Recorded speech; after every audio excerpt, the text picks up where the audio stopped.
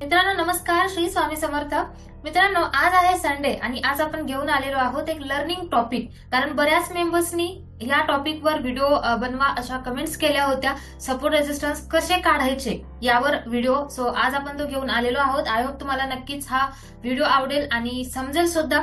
So हा एक learning video आहे। सो त्यामुळे बघूयात आपण की सपोर्ट रेजिस्टन्स काय आहे, त्यानंतर हे कसे काढायचे असतात, यावर एंट्री कशी घ्यायची। ठीक आहे, तर आज आपण याच्यावर प्रॅक्टिस करणार आहोत। सो तुम्ही जर पहिल्यांदा आपल्या चॅनलवर आला असाल तर आधी चॅनलला सबस्क्राईब करून घ्या आणि बेल आयकॉन प्रेस करा। कारण आपण एव्हरी सॅटर्डे और संडेला एक लर्निंग व्हिडिओ, त्यानंतर डेलीचे मार्केट अपडेट्स आपण शेअर करत असतो। सो नक्की सबस्क्राईब करून घ्या। ठीक आहे, सो सगळ्यात अगोदर सपोर्ट आणि रेजिस्टन्सची एक कन्सेप्ट आपण समजून घेऊया। ठीक आहे, सो जे न्यू मेंबर्स असतील और ओल्ड मेंबर्स असतील तर त्यांना एकदा रिवाइज होईल। सपोर्ट रेजिस्टन्स हा एक टेक्निकल अनालिसिसचा खूप इम्पॉर्टंट पार्ट आहे। सपोर्ट रेजिस्टन्स मध्ये सपोर्ट म्हणजे काय की जेव्हा एखादा स्टॉक किंवा मार्केट जर समजा एक डाऊन लेवल तयार करते बॉटम आणि त्या लेवल पासून वाढलेला आहे, ठीक आहे, त्यानंतर पुन्हा मार्केट डाऊन आलं, त्यानंतर सेम लेवल वरून वाढलं।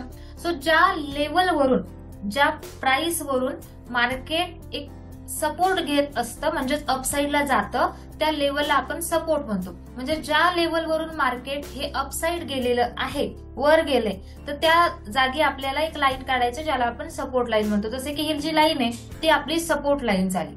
ठीक आहे, म्हणजेच काय, जिथून प्राइस मुवमेंट अपसाइडला झालेली आहे तिथे आपल्याला एक लाईन काढायचं ज्याला आपण सपोर्ट लाईन म्हणणार।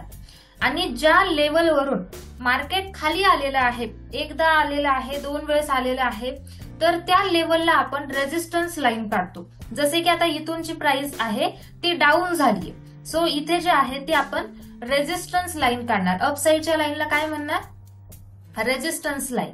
ठीक आहे, सो हा जो आहे तो असेल रेजिस्टन्स आणि हा जो आहे तो असेल सपोर्ट। आता सपोर्ट का काढला जातो, तर सिम्पली की जर समजा मागच्या वेळेस त्या प्राइस वरून मुवमेंट अपसाइडला झाली असेल, तर जेव्हा प्राइस ती त्याच सेम लेवलला येईल तर तेव्हा ती प्राइस पुन्हा एकदा त्याच लेवल वरून अपसाइड जाऊ शकते, हा एक अंदाज बांधण्यासाठी।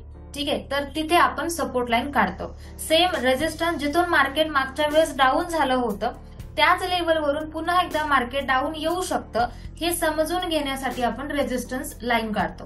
ठीक आहे, सो जिथे मागे सपोर्ट असेल तर त्या झोनवरून पुन्हा एकदा प्राइस अपसाइड जाण्याचे चान्सेस असतात आणि रेजिस्टन्स वरून डाऊन येण्याचे चान्सेस असतात। मग हे समजण्यासाठी आपण आधी जे सपोर्ट लाईन काढत असतो आणि रेजिस्टन्स लाईन काढतो। आता निफ्टीचा चार्ट आहे, निफ्टीच्या चार्टवर आपण नॉर्मली न बघता आज आपण क्रिप्टो चार्टवर बघणार आहोत। ठीक आहे, क्रिप्टो ट्रेडिंग तुम्ही जर करत असाल तर ओके, जर तुम्ही अजूनही आपल्या टेलिग्रामला जॉईन केला नसाल जो फ्री आहे, ठीक आहे, यावर आपण क्रिप्टोची माहिती, त्यानंतर डेली ट्रेड्स जे आपण कराल ते शेअर करत असतो। न्यू ग्रुप आहे, तुम्ही जॉईन केला नसाल जॉईन करा। तुम्हाला जर क्रिप्टो अजून माहिती नसेल तर शिकण्यासाठी नक्कीच तुम्ही इथे जॉईन करू शकता। ठीक आहे, तर आज आपण इथे जे एक्झाम्पल घेणार आहोत सपोर्ट रेजिस्टन्सचं ते इथेरियम मध्ये घेणार आहोत। ठीक आहे, आणि सपोर्ट रेजिस्टन्स कुठेही जरी काढले तरी जी कन्सेप्ट आहे ती सेम असणार आहे। ठीक आहे, जे कुठेही आपण काढलं, सो त्यामुळे आपण याच्यात एक्झाम्पल घेतोय। बाकी तुम्ही हे स्टॉक्स मध्ये किंवा इंडेक्स मध्ये स्टडी करू शकता। आपण स्टॉक मध्ये घेऊ शकत नाही, सो त्यामुळे आपण या चार्टवर त्याचा स्टडी करणार आहोत। तरी सुद्धा हा पूर्ण व्हिडिओ एक स्टडी पर्पज आहे, लर्निंग पर्पज आहे, त्यामुळे ही कन्सेप्ट तुम्ही नक्कीच यूज करून बघा। ठीक आहे, आणि टेलिग्रामला नक्की जॉईन करा। सो बघूयात आता सपोर्ट रेजिस्टन्स कुठे दिसतोय। जर आपण बघितलं या झोन वरून इथेरियम जो आहे तो डाऊन आलेला आहे, या झोन वरून पण डाऊन आला आहे, या झोन वरून पण डाऊन आलेला आहे, राईट। तर तिथे जे आहे तिथे आपण काढणार रेजिस्टन्स। मग रेजिस्टन्स काढण्यासाठी म्हणजेच काय, एक साधी लाईन घ्यायची, तर त्यासाठी ड्रॉइंग टूल्सवर आपण साईडला जाणार आणि इथे सेकंड याच्यामध्ये ट्रेंड लाईन येतं, रे येतं, जर बघितलं हॉरिझॉन्टल लाईन येते। सो हॉरिझॉन्टल लाईन आपण यूज करू शकतो किंवा हॉरिझॉन्टल रे। हॉरिझॉन्टल लाईन म्हणजे पूर्ण चार्टवर सारखी येईल आणि हॉरिझॉन्टल रे म्हणजे जिथून काढाल तिथून पुढे जाईल। सो हॉरिझॉन्टल लाईनचा आपण इथे वापर करूयात। सो कुठे रेजिस्टन्स आहे या झोनला, सो इथे आपण ही लाईन काढली। सो आता याचा मिनिंग काय होईल की जर समजा इथेरियम ह्या झोनला गेलं तर ह्या झोन पासून रिव्हर्स म्हणजे डाऊन येऊ शकतं। काय येऊ शकतं, कारण मागे या झोनवरून डाऊन आलेला आहे। ठीक आहे, सो त्यामुळे आपण ही लाईन काढून ठेवली। अजून कुठून डाऊन झालेला आहे, या झोन पासून डाऊन झालेलं आहे। आणि जर आपण बघाल या झोन पासून एकदा डाऊन झालं इथून एकदा डाऊन झालं तर सेम त्याच झोन पासून सेकंड टाइमला चांगली मोमेंटम डाऊन साईडला आलेली आहे, म्हणजे रेजिस्टन्सचं काम इथे झालेलं आहे. ठीक आहे. सो रेजिस्टन्स वरून प्राइस मुवमेंट जे आहे ते रिव्हर्सल येण्याचे चान्सेस जास्त असतात. आणि यावरून सपोर्ट जर आपण बघितला इथे की सपोर्ट कुठे आहे, सपोर्ट काढायचा आहे तर सपोर्ट इथे आहे, कारण याच प्राइस वरून मोमेंटम एकदा वर गेली होती, सेम इथून वर गेला, तिसऱ्यांदा इथून वर गेला आणि चौथ्यांदा सपोर्ट ब्रेक झाला. जेव्हा सपोर्ट ब्रेक झाला त्याला आपण म्हणणार सपोर्ट ब्रेक डाऊन.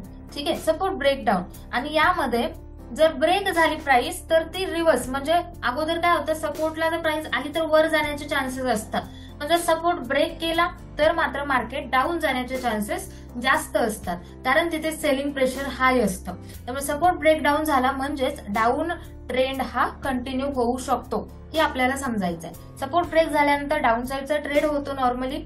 आणि जर रेजिस्टन्स समजा ब्रेक झाला, जर ही लाईन ब्रेक झाली तर त्याला आपण ब्रेकआउट म्हणतो.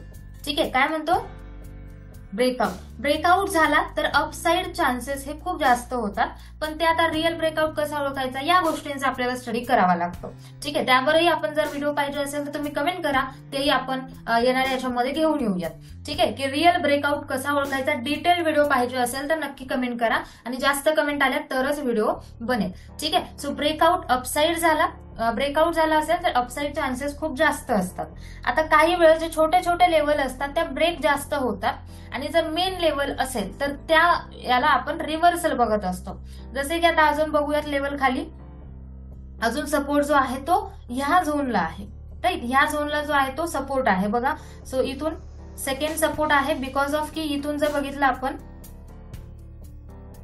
या झोनला एकदा इथून मोमेंटम अपसाइड चांगली झालेली आहे, सेकंड टाइम त्याच लेवल पासून अपसाइड मुवमेंट झाली आहे. का झाली आहे, तर मागे इथूनच मुवमेंट झाली होती, सो दुसऱ्यांदा पण इथूनच मुवमेंट झाली आहे अपसाइडला, राईट. सो तिसऱ्यांदा काय झालं, मग ब्रेक झालं, कारण मिनिमम 2 वेळेस होत असतं, तिसऱ्यांदा नॉर्मली चान्सेस असतात की ते लेवल ब्रेक करेल. सो ह्या झोनला मात्र आता जे आहे ते ब्रेक डाऊन झालंय, सो डाऊनला ब्रेक झालेला आहे, तर आपण याला ब्रेकडाऊन म्हणणार. आणि जर सपोर्ट ब्रेक झाला तर पुढची मुवमेंट ही डाऊन साईडला पॉसिबल असते.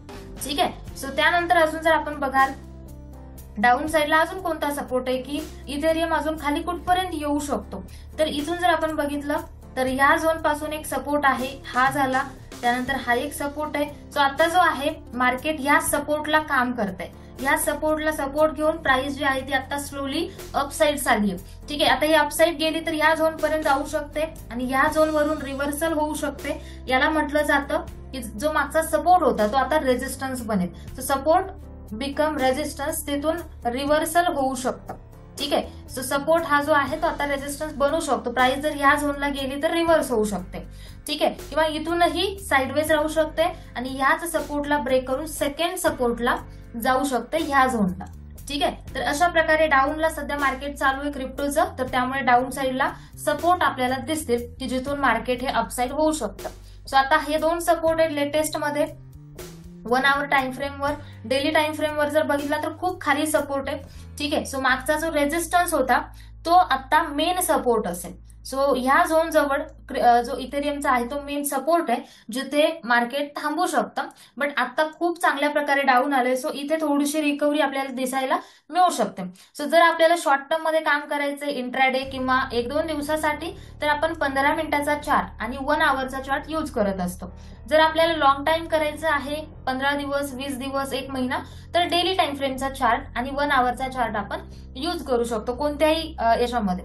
ठीक आहे, स्टॉक मध्ये पण काम करायचं झालं तर 5 मिनिटं, 15 मिनिटं इंट्राडे साठी असतील आणि 1 आवर आणि 1 डे हे स्विंग ट्रेड साठी किंवा लॉंग टर्म साठी असतील. तुम्हाला जर आपले daily swing trades plus intraday stock वगैरे पाहिजे असतील तर तुम्हाला माहितीये आपला जो हा ग्रुप आहे तुम्ही जॉईन केला नसाल तर जॉईन करून घ्या. डिस्क्रिप्शन मध्ये तुम्हाला लिंक मिळून जाईल, ज्यावर आपण फक्त इंट्राडेचा स्टॉक अपडेट देत असतो. लर्निंग ग्रुप आहे. ठीक आहे, सो आय होप तुम्हाला सपोर्ट रेजिस्टन्स माहिती समजली असेल, कशा प्रकारे काढायचे आहेत. त्यानंतर या लाईन कुठून घ्यायच्या आहेत समजलं असतील तर कमेंट नक्की करा. आणि नेक्स्ट व्हिडिओ तुम्हाला कशा टॉपिकवर पाहिजे, कोणत्या टॉपिकवर पाहिजे ते पण कमेंट करा. सो लवकरच तो पण आपण घेऊन येऊया. आणि आपल्या टेलिग्राम ग्रुप्सला जॉईन करा. डिस्क्रिप्शन मध्ये सगळ्यांच्या लिंक आपण दिलेल्या आहेत. ठीक आहे. तुम्हाला आपल्यासोबत काम करायचं असेल, ट्रेड करायचे असतील किंवा क्लास जॉईन करायचा असेल तर त्यासाठी तुम्ही खालील नंबरला व्हॉट्सअप करू शकता. डिस्क्रिप्शन मध्ये पण व्हॉट्सअपची लिंक दिलेली आहे. भेटूयात नेक्स्ट व्हिडिओमध्ये. तोपर्यंत सगळ्यांना bye bye, take care. Shri Swami समर्थ.